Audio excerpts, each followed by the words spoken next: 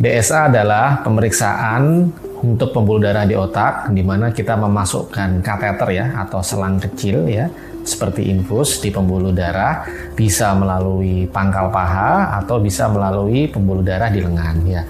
Secara umumnya sebagian besar kita menggunakan akses dari pembuluh darah yang ada di pangkal paha. Jadi ketika kemudian kateter atau selang kecil itu dimasukkan ke dalam pembuluh darah, maka kita akan dapat melihat secara lebih detail bagaimana anatomi dan juga aliran pembuluh darah dan salurannya di dalam otak. DSA berguna untuk mengetahui kelainan di pembuluh darah otak. Contohnya, jika ada penyempitan, maka kita bisa melihat penyempitan di saluran pembuluh darah otak. Dan jika ada kelainan pembuluh darah, misalnya ada seperti varises di otak atau AVM, ataupun misalnya pembuluh darah yang tipis yang rentan pecah seperti aneurisma, dan selanjutnya bisa dilakukan tindakan penyembuhan dengan menggunakan tindakan lanjutan setelah DSA dilakukan.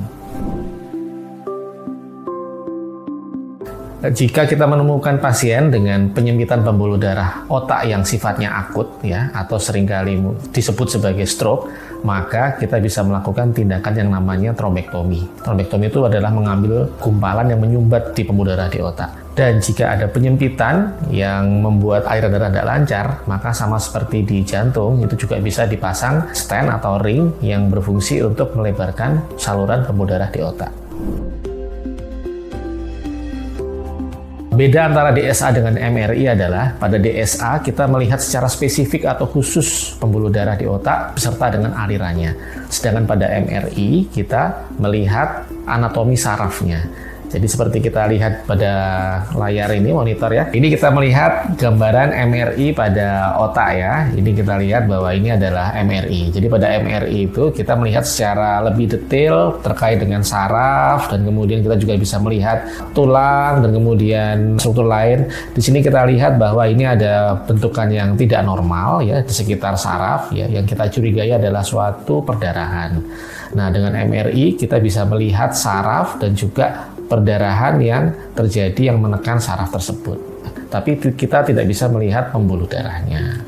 Pada pemeriksaan MRI, kita juga bisa melihat pembuluh darah secara sekilas. Artinya apa? Kita melihat gambaran secara anatomis dalam 2 dimensi. Jadi kita melihat apakah perdarahan yang tadi terlihat pada gambar MRI itu disebabkan oleh adanya pembuluh darah yang tidak normal. Ini bisa kita lihat pada MRI yang namanya MRA ya, MR angiografi. Ini adalah gambaran MR angiografi ya. Nah, kita lihat ini pembuluh darahnya, dan kita bisa melihat pada lokasi di mana tadi kita kecurigaan ada perdarahan atau cairan, kita bisa melihat apakah penyebabnya disebabkan oleh pembuluh darah yang tidak normal di area tersebut. Dan itu nanti akan dikonfirmasi dengan menggunakan DSA yang tadi kita sebutkan di awal. Beda antara MRA dengan DSA adalah bahwa MRA itu adalah statis ya, artinya kita hanya melihat bentukan anatomi, kita tidak bisa melihat aliran dari pembuluh darahnya, sehingga kita hanya melihat secara sekilas atau kita bilang sebagai screening ya, screening awal untuk melihat apakah pembuluh darah yang dekat dengan perdarahan itulah yang menyebabkan sebagai sumbernya ya. Untuk melihat aliran darahnya dengan lebih real ya, lebih dinamis, untuk melihat alirannya maka kita gunakan pemeriksaan namanya DSA. Ini adalah gambaran dari yang namanya DSA ya. Jadi pada DSA itu kita melihat aliran pembuluh darah di dalam salurannya secara lebih dinamis. Contoh pada gambar ini kita bisa melihat bahwa aliran darahnya itu ternyata kita lihat ini adalah ada penyumbatan ya. Harusnya ini ada aliran darah ke arah ini ya, kanan ya, tapi di arteri ini, pembuluh darah ini dia berhenti di sini.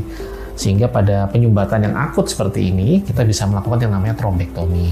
Nah, hal ini hanya bisa dilihat jika kita melakukan DSA, dan juga bisa dilakukan sekaligus tindakannya apabila datang dalam kondisi akut dan memungkinkan untuk dilakukan pengambilan sumbatan tersebut.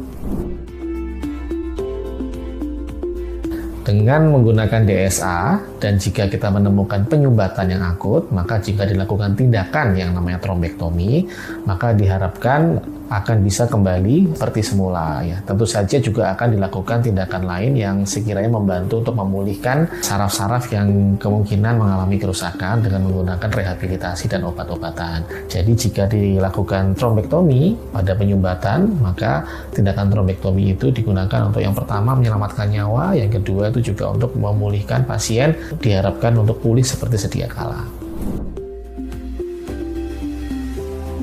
Saraf selain ada di otak, kita juga tahu bahwa saraf itu ada di tulang belakang ya. Namanya adalah susunan saraf di tulang belakang ya. Sama seperti di otak, di susunan saraf di tulang belakang atau spinal cord itu juga ada pembuluh darahnya yang seringkali juga ada gangguan di sana. DSA pun juga bisa dilakukan di spinal atau di area sumsum tulang belakang. Sehingga jika ada kelainan pembuluh darah yang mengakibatkan gangguan aliran darah ataupun oksigenasi ke saraf di tulang belakang, maka kita bisa melakukan tindakan DSA di susunan saraf tulang belakang untuk mengetahui apakah ada kelainan pembuluh darah di area tersebut.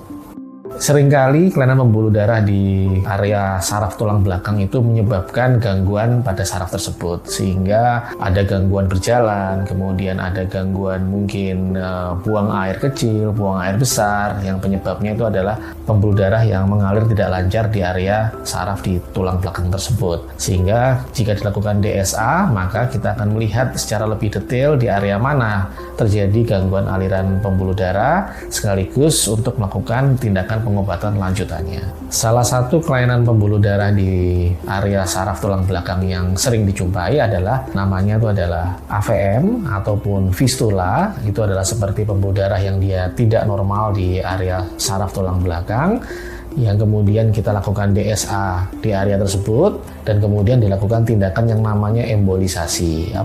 Tindakan untuk menutup pembuluh darah yang tidak normal pada area saraf tulang belakang tersebut, sehingga gangguannya diharapkan tidak menjadi progresif dan kemudian dilakukan terapi lanjutan untuk melakukan pemulihan.